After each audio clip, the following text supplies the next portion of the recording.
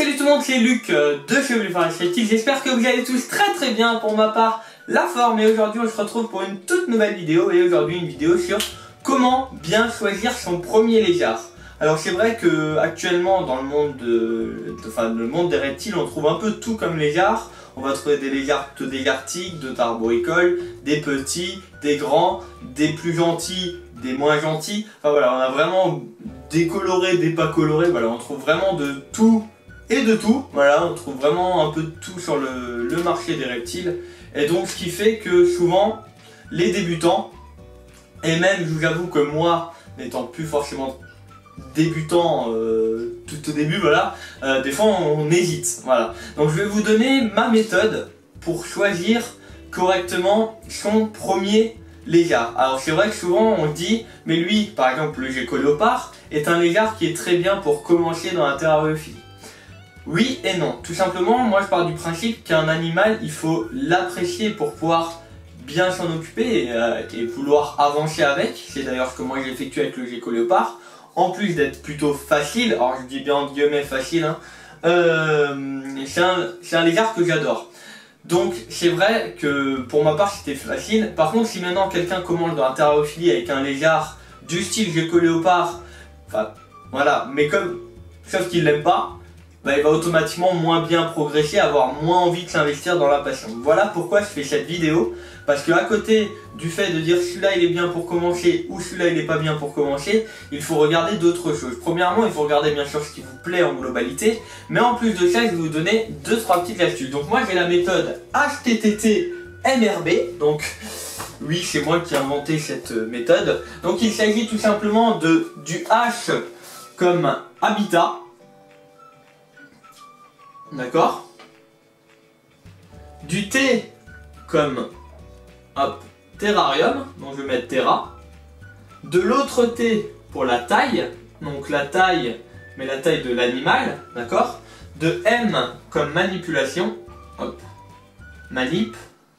Du R pour le rythme, je vais me mettre là, hop, excusez-moi, je suis devant la caméra. Et du B pour le budget. Alors bien sûr le budget est à prendre en compte, bien sûr j'en parle à la fin, mais je vais vous expliquer pourquoi, parce que pour moi, si on a un animal qui nous plaît, on n'a qu'à économiser et on pourra l'avoir, d'accord? Même si ça prend du temps. Donc pour commencer l'habitat, pourquoi je commence par l'habitat? Tout simplement car c'est souvent ce qu'on recherche de base. Moi je sais que j'ai voulu commencer avec du désertique.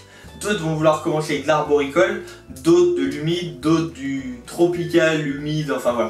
On trouve vraiment de tout. Donc premièrement, l'habitat. Donc choisissez vraiment ce que vous voulez faire. Si vous voulez plutôt un désertique avec pas trop de plantes, plutôt un terrarium du style paludarium, donc avec même de l'eau et des vraies plantes. Voilà, c'est vraiment quelque chose d'important parce que c'est ça qui va vous permettre de vous libérer, de vous investir et de vous vraiment de faire quelque chose qui vous plaît au niveau du terrarium et donc après au niveau de l'animal. Donc d'abord l'habitat. Donc vous avez du désertique, de l'arboricole, de l'humide. Enfin voilà, par exemple le gecko à crête va être un animal, un lézard plutôt humide, d'accord, arboricole humide, et le gecko léopard plutôt désertique, d'accord.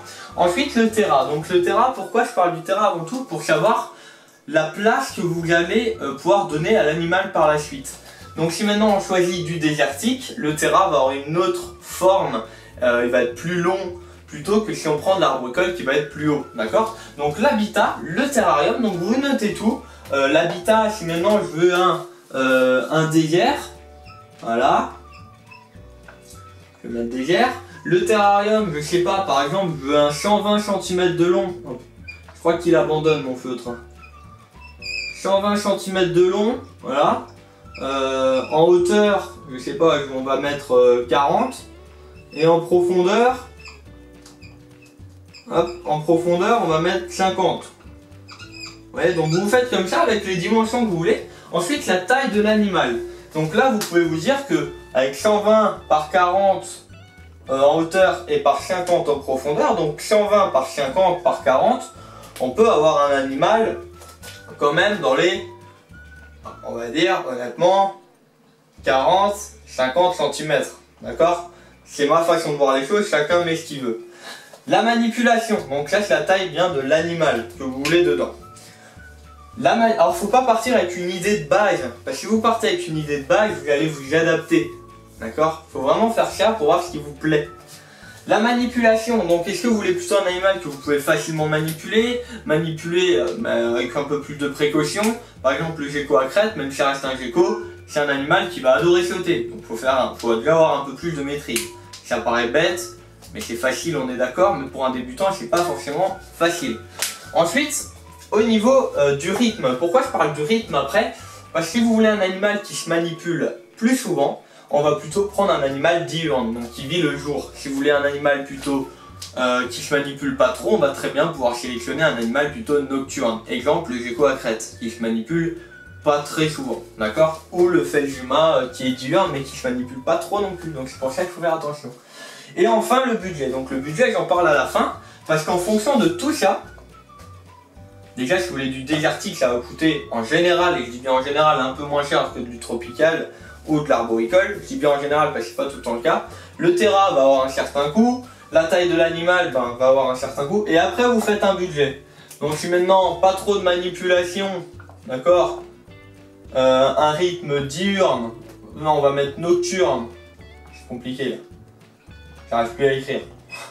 On va mettre plutôt nocturne, et en budget on va mettre, je sais pas, 400 €. Hop, alors désolé si on voit plus trop, mais au moins vous m'avez entendu. En fonction de ça, vous allez très bien pouvoir choisir un reptile. Alors, je suis parti vraiment sans aucune idée. Donc un animal désertique qui vit dans un terrain donc plutôt long que haut. La taille de l'animal 40-50 cm. Je cherche pas trop la manipulation, mais plutôt avoir un animal pour commencer. Un rythme nocturne, donc il peut même vivre la nuit. Ça me dérangera pas, après s'il vit le jour non plus. Et un budget de 400 €. Et en fonction de ça, d'accord, vous allez vous dire, bah, ça déjà, c'est un coût.